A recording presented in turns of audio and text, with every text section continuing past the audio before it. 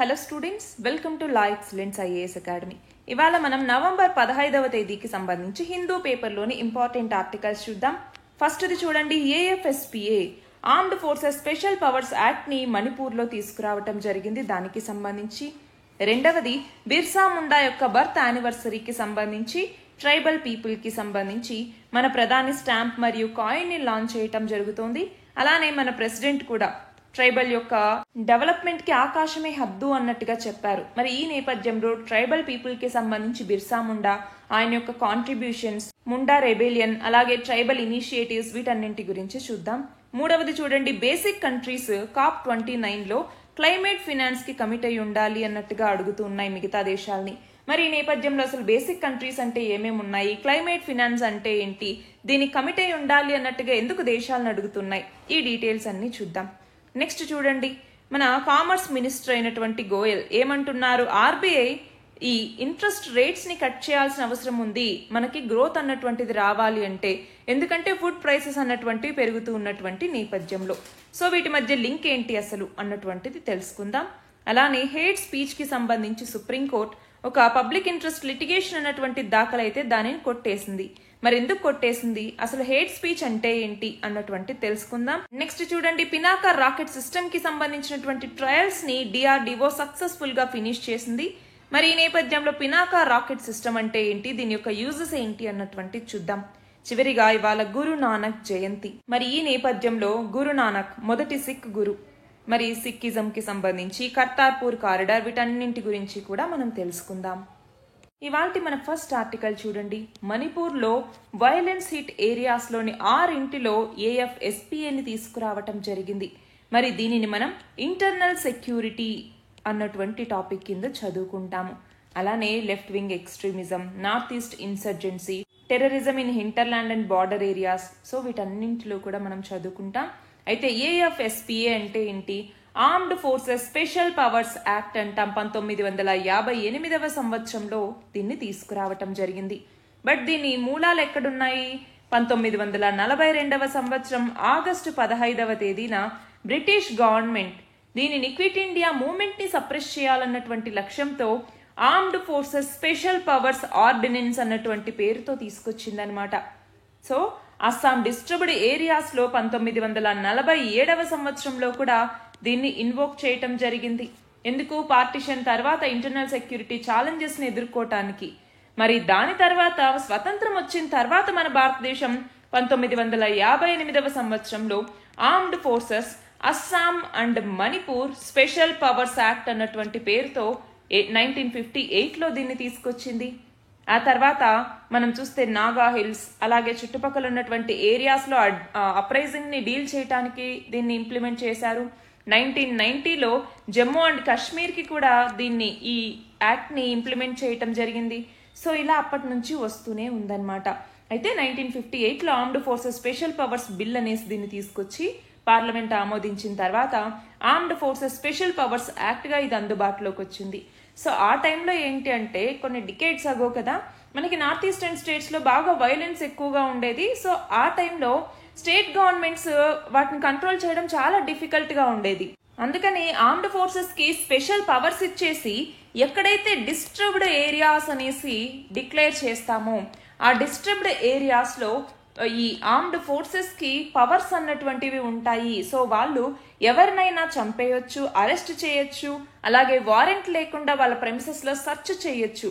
వాళ్ళకి central government కి సంబంధించి లీగల్ సూట్స్, ప్రాసిక్యూషన్ ఏదైతే ఉంటుందో దాని నుంచి ప్రొటెక్షన్ కూడా ఉంటుందన్నమాట. అలా అన్ని పవర్స్ ఇచ్చి, స్పెషల్ పవర్స్ ఇచ్చి తీసుకొచ్చినటువంటి చట్టమే ఈ armed forces special powers act అన్నటువంటిది. మరి దీని కింద ఈ ఏఎఫ్ఎస్పిఏ యాక్ట్ కింద సెక్షన్ 3 అన్నటువంటిది ఉందన్నమాట. Section 3 of AFSPA act disturbed areas గురించి తెలుపుతుంది. మరి డిస్టర్బ్డ్ ఏరియా అనేసి ఎవరు డిక్లేర్ చేస్తారు అంటే, సెంట్రల్ గవర్నమెంట్ అన్నటువంటిది స్టేట్స్ తో కలిపి దాన్ని, ఒక ప్రాంతాన్ని డిస్టర్బ్డ్ ఏరియా అన్నట్టుగా డిక్లేర్ చేయటం జరుగుతుంది. సో అలాంటి డిస్టర్బ్డ్ ఏరియా అనేసి డిక్లేర్ చేసిన తర్వాత ఆ రీజియన్ అన్నటువంటిది 3 months వరకు కంటిన్యూస్ గా డిస్టర్బ్డ్ ఏరియాస్ యాక్ట్ కింద ఉంటుందన్నమాట. సో ఆ టైంలో ఈ ఏఎఫ్ఎస్పిఏకి ఫుల్ పవర్స్ అన్నటువంటి ఉంటాయి. అయితే ఆ 3 నెలలు అయిపోయిన తర్వాత మళ్ళీ ఆ యాక్ట్ ని ముందుకు తీసుకెళ్లాలా వద్దా అన్నటువంటిది స్టేట్ గవర్నమెంట్ తో కలిసి సెంట్రల్ గవర్నమెంట్ డెసిషన్ తీసుకుంటుంది. అయితే ప్రస్తుతం మనం చూస్తే యూనియన్ హోమ్ మినిస్ట్రీ అన్నటువంటిది డిస్టర్బ్డ్ ఏరియా నోటిఫికేషన్ ని ఇస్తూ వస్తోంది. అయితే మణిపూర్ లో ఇంతకు ముందు జరిగినటువంటి అల్లర్లు మనకు తెలుసు, కానీ ఇప్పుడు మళ్ళీ మొదలవుతూ ఉన్నాయి. ఇటు కుకీకి సంబంధించి, ఇటు మైతీస్ కి సంబంధించి ప్రజలు అక్కడ ఉన్నటువంటి మహిళల్ని అబ్డక్ట్ చేయటం, రేప్ చేయటం, కాల్చివేసి చంపేయటం ఇలాంటివన్నీ జరుగుతూ ఉన్నటువంటి నేపథ్యంలో మళ్ళీ హోమ్ మినిస్ట్రీ అన్నటువంటిది ఈ నోటిఫికేషన్ ని జారీ చేసింది. ఆర్మ్డ్ ఇన్సర్జెంట్స్ పెరుగుతూ ఉన్నటువంటి నేపథ్యంలో ఒక కన్సర్న్ లాగా చూస్తూ ఈ 6 వైలెన్స్ హిట్ ఏరియాస్ ఏవైతే మణిపూర్ లో ఉన్నాయో వాటిలో AFSPAని తీసుకొచ్చారనమాట. మరి AFSPAకి సంబంధించి ఆర్గ్యుమెంట్స్ ఉంటాయి, ఇటు అగెనెస్ట్ గాను ఉంటాయి, ఇటు ఫేవర్ గాను ఉంటాయి. ఫేవర్ గా ఏమేమి ఉంటాయి? ఫర్ ఎగ్జాంపుల్ AFSPA తీసుకొస్తే సెక్యూరిటీ ఛాలెంజెస్ ని అడ్రస్ చేయొచ్చు. అదే టైంలో security forces complex security challenges ని ట్యాకిల్ చేసేలాగా వాళ్ళకి పవర్స్ ఇవ్వచ్చు. అట్లానే ఆ పర్సనల్ కి లీగల్ ప్రొటెక్షన్ అన్నటువంటిది ఉంటుంది. అంతేకాకుండా ఆర్మ్డ్ ఫోర్సెస్ పర్సనల్స్ లో మొరేల్ ని తీసుకురావడానికి కూడా AFSPAని ఒక ఇన్స్ట్రుమెంటల్ గా యూజ్ చేయొచ్చు. కానీ అగెనెస్ట్ గా ఆర్గ్యుమెంట్స్ చాలా ఉన్నాయి. ఎందుకని? స్టేట్ అటానమీ అన్నటువంటిది పోతోంది. డిస్టర్బ్డ్ ఏరియా అని చెప్పేసి ఇప్పుడు సెంట్రల్ గవర్నమెంటే స్టేట్ గవర్నమెంట్ తో మాట్లాడుతోంది, కానీ అసలు స్టేట్ గవర్నమెంట్ యొక్క పర్మిషన్ కూడా, కన్సెంట్ కూడా లేకుండా కొన్నిసార్లు డిస్టర్బ్డ్ ఏరియాగా డెసిగ్నేట్ చేస్తుంది. సో ఆ టైంలో స్టేట్ యొక్క అటానమీ వైలేట్ అవుతోంది. అట్లానే ఈ ఫోర్సెస్ ని ఇష్టం వచ్చినట్టుగా యూజ్ చేస్తూ ఉన్నారు. సో ఇండివిజువల్ కి అగెనెస్ట్ గా ఫైర్ ఆర్మ్స్ అన్నటువంటివి ఇష్టం వచ్చినట్టుగా జరుపుతూ ఉన్నారు. దానివల్ల కూడా కన్సర్న్స్ వ్యక్తమవుతున్నాయి. అలానే సివిల్ లిబర్టీ అన్నటువంటిది పోతోంది. హ్యూమన్ రైట్స్ అన్నటువంటివి కొన్నిసార్లు దెబ్బతింటూ ఉన్నాయి. అకౌంటబిలిటీ అన్నటువంటిది ఉండట్లేదు. ఎందుకని? ఈ సెక్యూరిటీ ఫోర్సెస్ కి ఎవరైతే పర్సనల్ ఉంటారో వీళ్ళకి ఈ యొక్క లీగల్ ప్రొటెక్షన్ అన్నటువంటిది ఉంటుంది కాబట్టి ఈ చట్టం ద్వారా. అంతేకాదు కొన్ని చోట్ల అబ్యూజెస్ అన్నటువంటివి జరుగుతున్నాయి, ఎక్స్ట్రా జ్యుడిషియల్ ఎగ్జిక్యూషన్స్ అన్నటువంటివి జరుగుతున్నాయి. సో వీటన్నిటి నేపథ్యంలో armed forces special powers act ని తీసేయాలి అన్నట్టుగా ఎన్నో కమిటీస్ చెప్పటం జరిగింది, కానీ ఇప్పటికీ అది నడుస్తూ వస్తుంది. అయితే ఇప్పుడు ఎలా ఉంది అంటే armed forces special powers act ని తీసుకొచ్చి డిస్టర్బ్డ్ ఏరియాగా ప్రకటించిన తర్వాత దీన్ని తీసుకొస్తే 6 నెలలు పాస్ అయిన తర్వాత ఈ డిక్లరేషన్ ని నెసెసరీ అనుకుంటే మళ్ళీ ఎక్స్టెండ్ చేస్తారు, లేదు అనుకుంటే రివోక్ చేయటం జరుగుతుంది. మన నెక్స్ట్ ఆర్టికల్ చూడండి. ఇవాళ బిర్సా ముండా యొక్క బర్త్ యానివర్సరీ. ఎప్పుడు జరుపుకుంటాం బిర్సా ముండా బర్త్ యానివర్సరీని? నవంబర్ 15వ తేదీని. అంతేకాదు నవంబర్ 15వ తేదీని మనం జన్ జాతీయ గౌరవ దివస్ గా కూడా జరుపుకుంటాం. జన్ జాతీయ గౌరవ దివస్. మరి దీనిని మనం కరెంట్ అఫైర్స్ కింద అట్లానే హిస్టరీ కింద కూడా లింక్ చేసుకుంటాము. అయితే ఇక్కడ బిర్సా ముండా ఎవరు? ఈయన అసలు ఈయన ఒక tribal freedom fighter. Indian independence movement లో కీలకమైనటువంటి రోల్ ని ప్లే చేసినటువంటి వ్యక్తి, పర్టికులర్ గా ట్రైబల్ రీజియన్స్ లో అనమాట. మరి ఇతను చోటా నాగ్పూర్ ప్లాట్యూలో ఉన్నటువంటి ముండా ట్రైబ్ కి సంబంధించినటువంటి వ్యక్తి. మరి ఇతను మనం చూస్తే బీహార్ అలాగే జార్ఖండ్ వీటిలో బ్రిటిష్ కొలనైజేషన్ కి అగెనెస్ట్ గా పాటుపడినటువంటి వ్యక్తుల్లో ఈయన కూడా ఒకరు. అంటే ముండా ట్రైబల్ కి సంబంధించి ముండా రెబెలియన్ అన్నటువంటిది ఒకటి మనం చదువుకుంటాం. ముండా రెబెలియన్. సో ఇది దేనికి సంబంధించినటువంటిది అంటే బ్రిటిష్ గవర్నమెంట్ అన్నటువంటిది ఫోర్స్ఫుల్ గా ల్యాండ్ గ్రాబింగ్ చేస్తోంది అన్నటువంటి నేపథ్యంలో దానికి అగెనిస్ట్ గా ట్రైబల్స్ అందరూ కూడా ఈ రెబిలియన్ ని నిర్వహించడం జరిగింది. వాళ్ళకి ఈయన లీడర్ గా ఉన్నారు. సో ఈయన పీపుల్ ని చాలా ఇన్ఫ్లుయెన్స్ చేశారనమాట. మనకి ఓన్ గా మన యొక్క ల్యాండ్ ఉంటే దాని యొక్క ఇంపార్టెన్స్ ఏంటి, అలాగే మనకి ఏమేం రైట్స్ ఉండాలి అన్నట్టుగా ఈయన చెప్పి బ్రిటిష్ వాళ్ళకి వ్యతిరేకంగా పోరాడించినటువంటి వ్యక్తి. అందుకే ముండా రెబిలియన్ లేదా దీన్ని తమర్ రివోల్ట్ అని కూడా పిలుస్తూ ఉంటారు. తమర్ రివోల్ట్ అని, లేదు అంటే ఉల్ గులాన్ అని కూడా పిలుస్తూ ఉంటారు. లేట్ 19th సెంచరీకి సంబంధించినటువంటిది ఇది. అందుకే ఈయనని తర్వాత లీడర్ గా అయిన తర్వాత ఒక నిక్ నేమ్ తో పిలిచేవాళ్ళు. అదే ఏంటి? ధర్తీ ఆబా అన్నట్టుగా. ధర్తీ ఆబా అంటే ఫాదర్ ఆఫ్ ద ఎర్త్ అనేసి మీనింగ్ వస్తుంది. సో జార్ఖండ్ స్టేట్ కి సంబంధించి ఈయన రికగ్నిషన్ ని, ఆయన నేషనల్ మూవ్మెంట్ లో చేసినటువంటి ఇంపాక్ట్ ని గుర్తించి ఆయన యొక్క బర్త్ యానివర్సరీ 2000లో క్రియేట్ చేయటం జరిగింది. నవంబర్ 15th ని బిర్సా ముండా యొక్క బర్త్ యానివర్సరీగా డిక్లేర్ చేశారు. అయితే దీనిని జన్ జాతీయ గౌరవ దివాస్ అన్నట్టుగా సెంట్రల్ గవర్నమెంట్ 2021లో అనౌన్స్ చేసింది. అంతేకాదు వివిధ రకాల స్కీమ్స్ ని కూడా ఈయన యొక్క పుట్టినరోజు సందర్భంగా తీసుకురావటం జరిగింది. మరి 1875వ సంవత్సరం నవంబర్ 15వ తేదీన జన్మించారు ఈయన. మరి ఈ నేపథ్యంలోనే మన ప్రధాని నరేంద్ర మోదీ పిఎం జన్మన్ అన్నటువంటి స్కీమ్ ని లాంచ్ చేశారు. పిఎం జన్మన్ అనేసి. ఏంటి పిఎం జన్మన్ అంటే? ప్రధానమంత్రి జన్ జాతి ఆదివాసీ న్యాయ మహాభియాన్ అంటాం.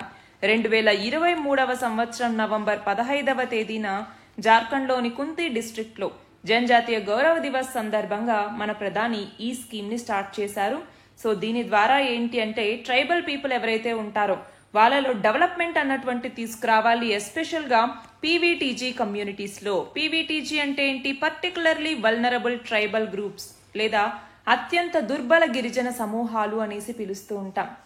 మరి దీని ద్వారా ట్రైబల్ ఎంపవర్మెంట్ చేపట్టాలి అన్నటువంటి లక్ష్యంతో 700కు పైగా షెడ్యూల్డ్ ట్రైబ్స్ మీద ఇది బెనిఫిట్ ని చేకూరుస్తుంది. అంతేకాదు 5.38 కోట్ల ట్రైబల్ పాపులేషన్ కి ఇది బెనిఫిట్ ని ఇస్తుంది. ఇది కాకుండా పిఎం జన్ధన్ యోజన కావచ్చు, Ayushman cards, Aadhaar enrolment, community certificates ఇవన్నీ కూడా ట్రైబల్ పీపుల్ కి అందిస్తారు. వాళ్ళ యొక్క క్వాలిటీ ఆఫ్ లైఫ్ ని ఇంప్రూవ్ చేసేలాగా దాదాపు 24,000 కోట్ల రూపాయలతో ఈ యొక్క స్కీమ్ ని తీసుకొచ్చారు. మరి ఈ నేపథ్యంలో ఒక క్వశ్చన్ కి ఆన్సర్ చేయండి. అది ఏంటి అంటే వరల్డ్ ట్రైబల్ డే.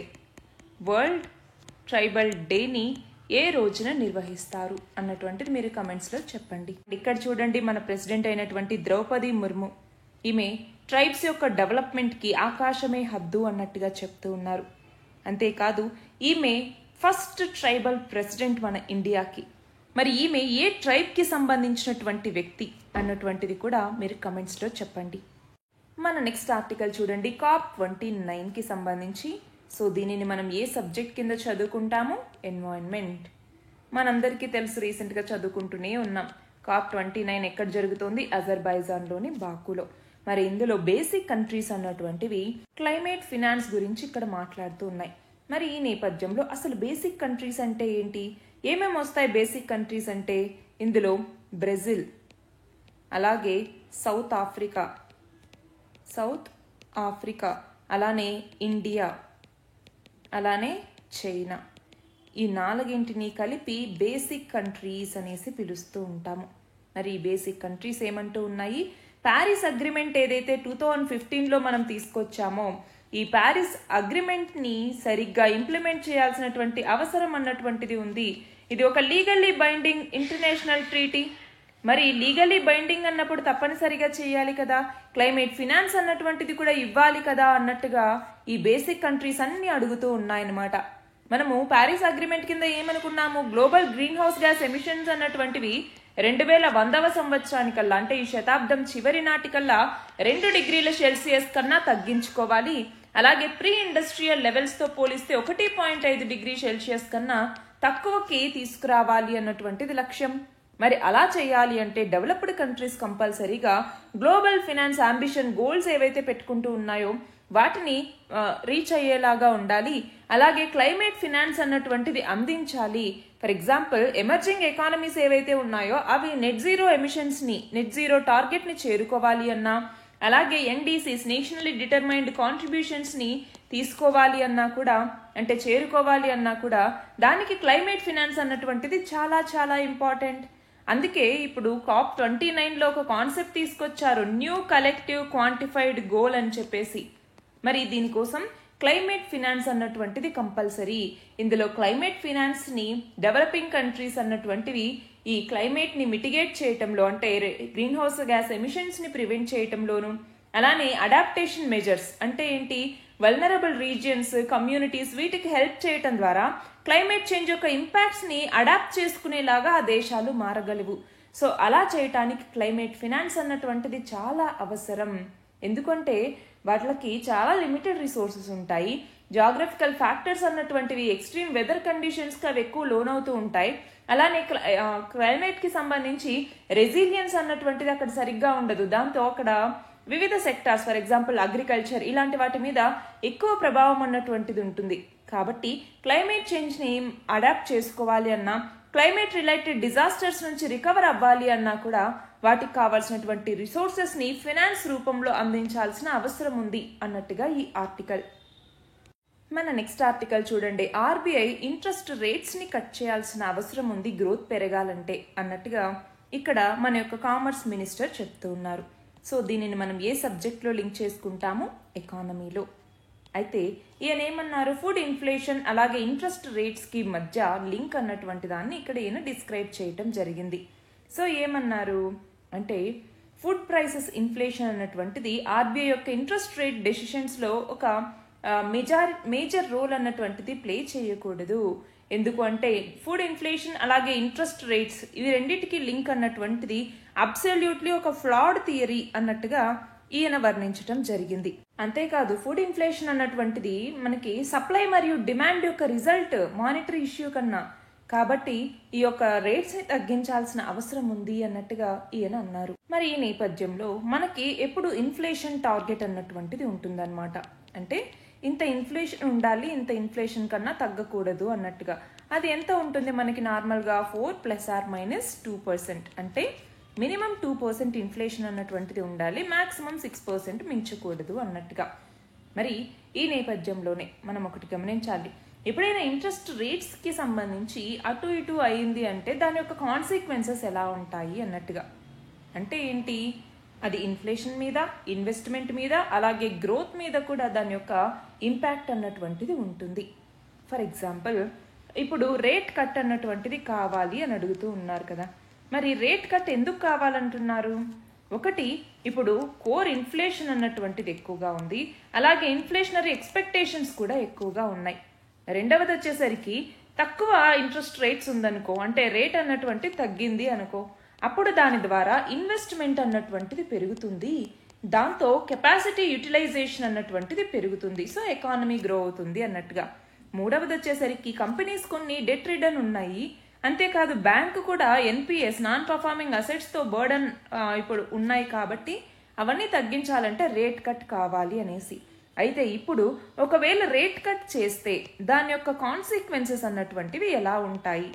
కాన్సిక్వెన్సెస్ ఎలా ఉంటాయి? ఫస్ట్ ఆఫ్ ఆల్ మనకి ఫారిన్ ఫినాన్స్ అన్నటువంటిది ఉంటుందా? సో ఆ ఫారిన్ ఫినాన్స్ అన్నటువంటిది డిక్లైన్ అయ్యేటటువంటి అవకాశాలు చాలా ఉన్నాయి, దాంతో రూపీ డిప్రిసియేషన్ అన్నటువంటిది కూడా రావచ్చు. రెండవది వచ్చేసరికి ఇన్ఫ్లేషన్ని ఇది మరింత పెంచేటటువంటి అవకాశం కూడా ఉంది, దాంతో కంపెనీస్ ఎవరైతే ఈ ఫారిన్ కరెన్సీని తీసుకొని ఉంటాయో ఆ కంపెనీస్ అన్నటువంటివి ఇన్సాల్వెంట్గా మారిపోయేటటువంటి అవకాశము ఉంది. అంతేకాదు ఇంపాక్ట్ మేజర్గా మనం చూస్తే మ్యానుఫ్యాక్చరింగ్ మీద పడవచ్చు. మ్యానుఫ్యాక్చరింగ్లోకి వచ్చేసరికి నెగిటివ్ ఇంపాక్ట్ అన్నటువంటిది రావచ్చు.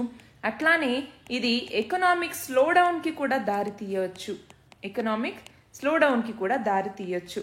మరి ఈ ఇష్యూని ఎలా అడ్రస్ చేయాలండి? ఒకటి, ఇప్పుడు ఫారిన్ ఫినాన్సెస్ తీసుకుని మనం ఇక్కడ గ్రోత్ని తీసుకోవాలనుకుంటున్నాం, దాని బదులుగా మనం ఇక్కడ ఎక్స్పోర్ట్స్ పెంచుకోవటం, డొమెస్టిక్ డిమాండ్ అన్నటువంటిది పెంచుకోవటం లాంటివి చేయాలి. అట్లానే మన కరెంట్ అకౌంట్ ఎప్పుడూ డెఫిసిట్లో ఉంటుంది, సో కరెంట్ అకౌంట్ సర్ప్లస్ అన్నటువంటిది మనకు కావాలి, దాన్ని ఫోకస్ చేస్తూ మనం పాలసీస్ని తీసుకురావాలి. అట్లానే మన మ్యానుఫ్యాక్చరింగ్ సెక్టార్ అన్నటువంటిది ఇంపోర్ట్ డిపెండెన్సీని తగ్గించుకోవాలి. అలాగే డొమెస్టిక్ డిమాండ్ అన్నటువంటిది పెరిగింది అంటే అలాగే ఇన్కమ్ గ్రోత్ అన్నటువంటిది పెరగాలి, ఎస్పెషల్లీ అగ్రికల్చర్ నుంచి. అలాంటి టైంలో మనము పాలసీ రేట్స్ ఎలా పెంచినా తగ్గించినా కూడా పెద్ద ఇంపాక్ట్ అన్నటువంటిది మన దేశం మీద పడకపోవచ్చు. మన నెక్స్ట్ ఆర్టికల్ చూడండి, హేట్ స్పీచ్కి సంబంధించి. దీనిని మనం పాలిటీలో చదువుకుంటాం. అయితే సుప్రీంకోర్టు ముందుకి ఒక పబ్లిక్ ఇంట్రెస్ట్ లిటిగేషన్, ప్రజా ప్రయోజన వ్యాజ్యం అన్నటువంటిది వచ్చింది.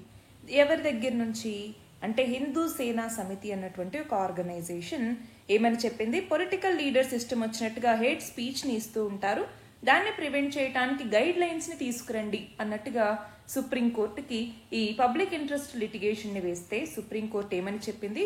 ఫాల్స్ క్లెయిమ్ని లేదంటే రాంగ్ అసర్షన్ని హేట్ స్పీచ్గా పరిగణలోకి తీసుకోలేము.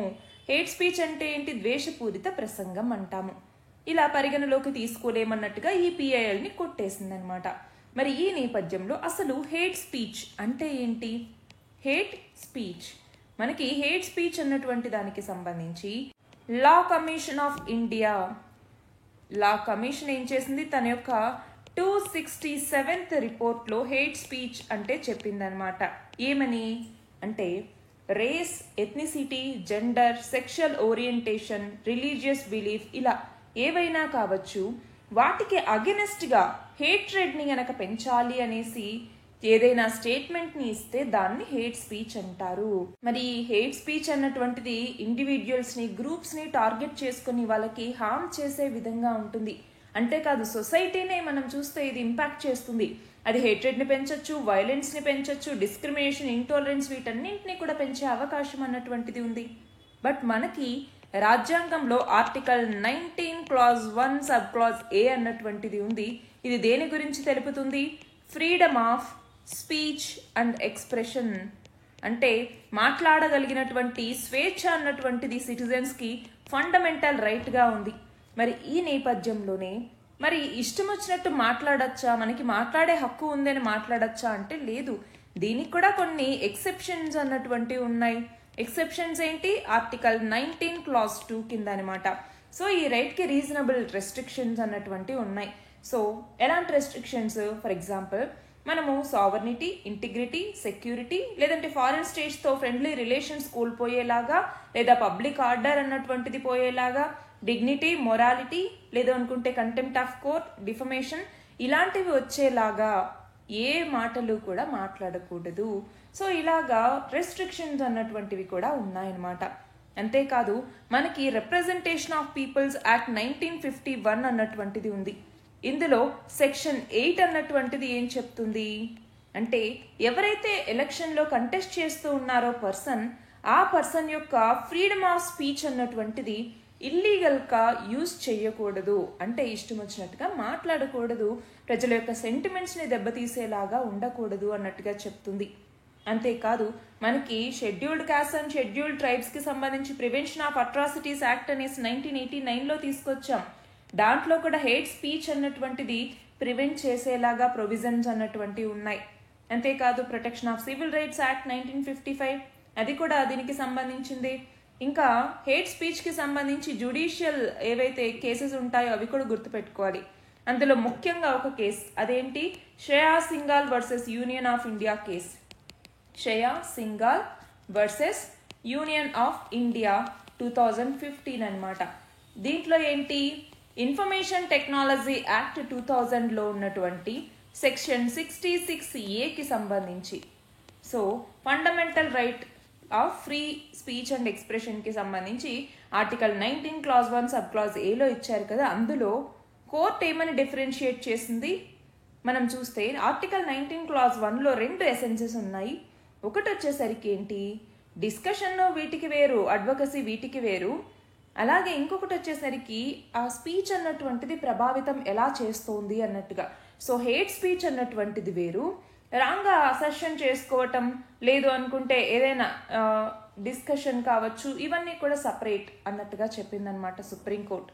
అంతేకాదు సెక్షన్ 66Aని కొట్టివేయటం కూడా జరిగింది. సెక్షన్ 66A ఏమని చెప్తుంది?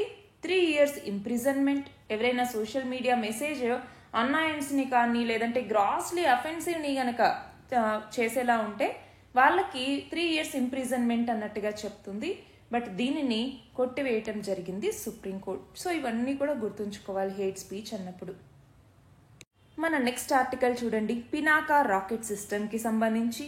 దీనిని మనం సైన్స్ అండ్ టెక్నాలజీలో డిఫెన్స్ లేదా డిఫెన్స్ టెక్నాలజీ అన్నటువంటి టాపిక్ కింద చదువుకుంటాము. అయితే రీసెంట్గా ఏమైంది? DRDO పినాకా రాకెట్ సిస్టమ్కి సంబంధించి సక్సెస్ఫుల్గా ఫ్లైట్ టెస్ట్లన్నీ కంప్లీట్ అయ్యాయి అన్నట్టుగా చెప్పింది. మరి ఈ పినాకా రాకెట్ సిస్టమ్ ఏదైతే ఉందో ఇది MBRL సిస్టమ్. MBRL అంటే ఏంటి? Multi barrel rocket launch system అని కూడా పిలుస్తూ ఉంటాము. మరి దీనిని ARDE అన్నటువంటిది ఏంటి అంటే armament research and development establishment అంటాము. ఇది DRDOకి సంబంధించినటువంటి లేబొరేటరీ. మరి ఇది ఈ యొక్క పినాకా మల్టీ బ్యారల్ రాకెట్ లాంచర్ని డెవలప్ చేయటం జరిగింది. మరి దీనిని ఫస్ట్ టైం మనం చూస్తే ఈ పినాకాని ఇప్పుడు కాదు, మీ యొక్క కార్గిల్ వార్ ఏదైతే జరిగిందో అప్పట్లోనే దీన్ని యూజ్ చేశారు. సక్సెస్ఫుల్గా పాకిస్తాన్ ఆర్మీ పొజిషన్స్ని న్యూట్రలైజ్ చేయటం జరిగింది. సో మనం ఏదైనా టార్గెట్ ఏరియాని పెట్టుకుంటే, ఫర్ ఎగ్జాంపుల్ ఎనిమీ ట్రూప్స్ని ఎక్స్పోజ్ చేయాలన్నా, లేదు సాఫ్ట్ స్కిన్ వెహికల్స్కి సంబంధించి, కమ్యూనికేషన్ సెంటర్స్కి సంబంధించి, లేదా ఎయిర్ టెర్మినల్ కాంప్లెక్స్లు కావచ్చు, అమ్యునిషన్ డంప్స్, ఇలాంటి వాటిని టార్గెట్గా చేసుకుని మనం ఈ పినాకా రాకెట్ సిస్టమ్ని అక్కడ ప్రయోగించవచ్చు. మరి దీని యొక్క రేంజ్ వచ్చేసరికి, ఇప్పుడు పినాకా రాకెట్ సిస్టమ్ యొక్క రేంజ్ 60 నుంచి 75 కిలోమీటర్లకి రేంజ్ని పెంచారు. అంతేకాదు దీనిని కౌంటర్ టెర్రరిజం ఆపరేషన్స్ కి, బార్డర్ డిఫెన్స్ కి, అలాగే కన్వెన్షనల్ వార్ఫేర్ కి కూడా మనం యూజ్ చేయొచ్చు అనమాట. అయితే ఈ పినాకా రాకెట్ సిస్టమ్ ద్వారా మనం చూస్తే కేవలం 44 సెకండ్స్ లోనే 12 రాకెట్స్ ని ప్రయోగించవచ్చు. అంతేకాకుండా ఇందులో 6x6 లేదంటే 8x8 ట్రక్ ని హై మొబిలిటీలో మనం ఒక చోట ఉంచి ఫైర్ చేయొచ్చు అనమాట. అయితే మనం ఇక్కడ గమనించాల్సింది ఏంటి, పినాకాలో కూడా చాలా వర్షన్స్ ఉన్నాయి. ఫర్ ఎగ్జాంపుల్ పినాకా MA1 అనుకోండి, దీని రేంజ్ కేవలం 40 కిలోమీటర్స్ మాత్రమే. అది కాకుండా MK2 రేంజ్ అన్నటువంటిది మనం చూస్తే ఇప్పుడు 60 నుంచి 75 కిలోమీటర్లకి దీనిని పెంచారు. ఇంకొకటి తొందరలో పినాకా గైడెడ్ వేరియంట్ ని తీసుకొస్తే అది దాదాపు 90 కిలోమీటర్ల వరకు రేంజ్ అన్నటువంటిది బెటర్ అక్యురసీతో వెళ్లే అవకాశం అన్నటువంటిది ఉంటుంది. అయితే ఇప్పుడు మనం చూస్తే వీటికి శాటిలైట్ గైడెన్స్ అన్నటువంటిది ఉంటుంది కాబట్టి అక్యురసీ అన్నటువంటిది ఎక్కువగా ఉంటుంది. వెరైటీ ఆఫ్ వార్ హెడ్స్ ని వీటి నుంచి మనం ఈ పినాకా రాకెట్స్ క్యారీ చేయొచ్చు. అట్లానే మనం ఎక్కడన్నా ఒక షార్ట్ టర్మ్ లో మనం దీన్ని డిప్లాయ్ చేయాలి అన్నా, లేదు మళ్ళీ దీన్ని రీలోడ్ చేసుకోవాలన్నా అదంతా కూడా ఈజీ. అంతేకాదు ఇది ఎక్స్పాండబుల్. ఆపరేషనల్ యూజ్ కి అంటే ఇండియన్ ఆర్మీ అన్నటువంటిది మౌంటైనస్, ఈ రగ్గడ్ టెరైన్స్ ఉంటాయా, వాటిలో యూజ్ చేసుకోవడానికి ఈ పినాకా రాకెట్ సిస్టమ్ అన్నటువంటిది ఎంతగానో ఉపయోగపడుతుంది. మన లాస్ట్ ఆర్టికల్ చూడండి. ఇవాళ గురు నానక్ జయంతి. కార్తీక మాసంలో 15వ లూనార్ డే ఏదైతే ఉంటుందో ఆ రోజుని మనం గురు నానక్ జయంతి అనేసి సెలబ్రేట్ చేసుకుంటాం. మరి గురు నానక్ ఈయన ఫస్ట్ సిక్ గురు, మనందరికీ తెలుసు, సిక్కిజం యొక్క ఫౌండర్ కూడా. మరి సిక్కిజంకి సంబంధించిన ఇంపార్టెంట్ ఫెస్టివల్స్లో ఇది కూడా ఒకటి. గురు నానక్ జయంతి లేదా గుర్పూరబ్ అని కూడా పిలుస్తూ ఉంటాము. మరి ఈ నేపథ్యంలో గురు నానక్, ఈయననే బాబా నానక్ అని కూడా పిలుస్తూ ఉంటారు. సిక్ గురూస్ మొత్తం 10 మంది ఉంటారు కదా, అందులో మొదటి వ్యక్తి ఈయన. మరి గురు నానక్ దేవ్ ఒక మెసేజ్ని ఎప్పుడు ఇస్తూ ఉండేవాళ్ళు. అది ఏంటి, ఏక్ ఓంకార్ అన్నటువంటిది. ఏక్ ఓంకార్ అంటే గాడ్ ఒక్కరే ఉంటారు, ప్రతి చోట ఉంటారు అన్నటువంటిది. అంతేకాదు దేవుణ్ణి వర్షిప్ చేయాలి అంటే మనకు అంతఃశుద్ధి ఉంటే సరిపోతుంది అన్నట్టుగా చెప్పినటువంటి వ్యక్తి ఈయన. సిక్కిజంకి సంబంధించి 3 పిల్లర్స్ ఈయన చెప్తూ ఉంటారు. ఒకటి వచ్చేసరికి నామ్ జప్నా అన్నటువంటిది, అంటే దేవుడి పేరుని తలుచుకుంటూ ఉండటం. రెండవది కిరాత్ కర్ని, అంటే ఏంటి, మనం హానెస్ట్గా ట్రూత్ఫుల్గా బతకాలి అన్నటువంటిది. మూడవది వచ్చేసరికి వంద్ చక్నా అనేసి పిలుస్తూ ఉంటాం. వంద్ చక్నా అంటే ఏంటి, మనము ఇతరులతో షేర్ చేసుకోవాలి, ఎస్పెషల్గా అవసరం ఉన్నటువంటి వ్యక్తులు ఎవరైతే ఉంటారో వాళ్ళకి సహాయపడాలి అన్నట్టుగా. మరి గురు నానక్ ఈయన కాస్ట్ సిస్టమ్ని రిజెక్ట్ చేసినటువంటి వ్యక్తి, ఈక్వాలిటీని ప్రమోట్ చేశారు. సంగత్ లేదా కమ్యూనిటీ అంటాము. సంగత్ అన్నటువంటి కాన్సెప్ట్ని ఈయన ఇంట్రడ్యూస్ చేశారనమాట. మరి ఆది గ్రంథ్ లేదా గురు గ్రంథ్ సాహిబ్ అన్నటువంటిది మనం లివింగ్ గురు అన్నట్టుగా కన్సిడర్ చేస్తూ ఉంటాము. వీళ్ళ యొక్క వర్షిప్ ప్లేస్ వచ్చేసరికి గురుద్వారా అన్నటువంటిది. సిక్ అన్న పదానికి మీనింగ్ ఏంటి, లెర్నర్ అనేసి. వాళ్ళ యొక్క ఫెయిత్ ని మనం గుర్మత్ లేదా గురూస్ వే అని పిలుస్తూ ఉంటాం. మరి గురు గోబింద్ సింగ్, మనకి సిక్ గురువుల్లో గురు గోబింద్ సింగ్ ఒకరు. ఆయన ఖల్సా అన్నటువంటిది మెన్ మరియు ఉమెన్ కి సంబంధించి, సిక్కులకి సంబంధించిన మిలిటరీ గ్రూప్ అనమాట. దాన్ని 1699వ సంవత్సరంలో ఖల్సాని మొదలుపెట్టిన వ్యక్తి. అంతేకాదు సిక్కులకి సంబంధించి పంచ్ కక్క, ఇది గుర్తుంచుకోవాలి. అందులో ఒకటి వచ్చేసరికి కడా అంటాం. కడా అంటే స్టీల్ బ్రేస్లెట్ లాంటిది. 2 కచ్రా, ఇది కాటన్ అండర్వేర్ కి సంబంధించి. 3 కిర్పాన్ అంటే స్టీల్ స్వార్డ్ అనమాట. 4వది కేష్ అంటే హెయిర్ అన్నటువంటిది కట్ చేయరు, అన్కట్ హెయిర్. 5వది వచ్చేసరికి కంగా అంటాం. కంగా అంటే వుడెన్ కూంబ్ అన్నటువంటిది వీళ్ళు వాడతారు. సో సిక్కిజంకి సంబంధించి ఇవి గుర్తుంచుకోవాలి. అలాగే కర్తార్పూర్ కారిడార్, మీకు గనక గుర్తుంటే 2019వ సంవత్సరంలో గురునానక్ దేవ్ యొక్క 550వ బర్త్ యానివర్సరీ సందర్భంగా కర్తార్పూర్ కారిడార్ ని బిల్డ్ చేయటం జరిగింది. మరి బాబా గురు నానక్ దేవ్కి సంబంధించి ఈ కర్తార్పూర్ కారిడార్ అన్నటువంటిది చాలా చాలా ఇంపార్టెంట్. మరి ఈ కారిడార్ దేన్ని కనెక్ట్ చేస్తుంది? మనం చూస్తే పాకిస్తాన్లో దర్బార్ సాహెబ్ గురుద్వారా అన్నటువంటిది ఉంటుంది. దానిని ఇండియాలో పంజాబ్ ప్రావిన్స్లో గుర్దాస్పూర్ డిస్ట్రిక్ట్లో ఉన్నటువంటి డేరా బాబా నానక్ ష్రైన్, వీళ్ళిద్దరిని చూడండి, డేరా బాబా నానక్ ష్రైన్ని కలుపుతుందనమాట. పాకిస్తాన్లో ఉన్నటువంటి ఈ దర్బార్ సాహెబ్ గురుద్వారాకి ఇండియాలో ఉండే డేరా బాబా నానక్ ష్రైన్కి కలుపుతూ ఈ కర్తార్పూర్ కారిడార్ని నిర్మించడం జరిగింది. మరి ఇక్కడ వచ్చేసరికి ఏంటి, ఇండియన్ పిలిగ్రిమ్స్ ఎవరైతే ఉంటారో వీళ్ళకి వీసా ఫ్రీ మూవ్మెంట్ అన్నటువంటిది జరుగుతుందన్నమాట. అంటే మన భారతదేశం నుంచి పాకిస్తాన్లోకి వెళ్లే వాళ్ళకి వీసా అన్నటువంటిది అవసరం లేదు. అయితే ఇంకొకటి గుర్తుంచుకోవాలి, గురు నానక్ దేవ్ ఈయన భక్తికి సంబంధించి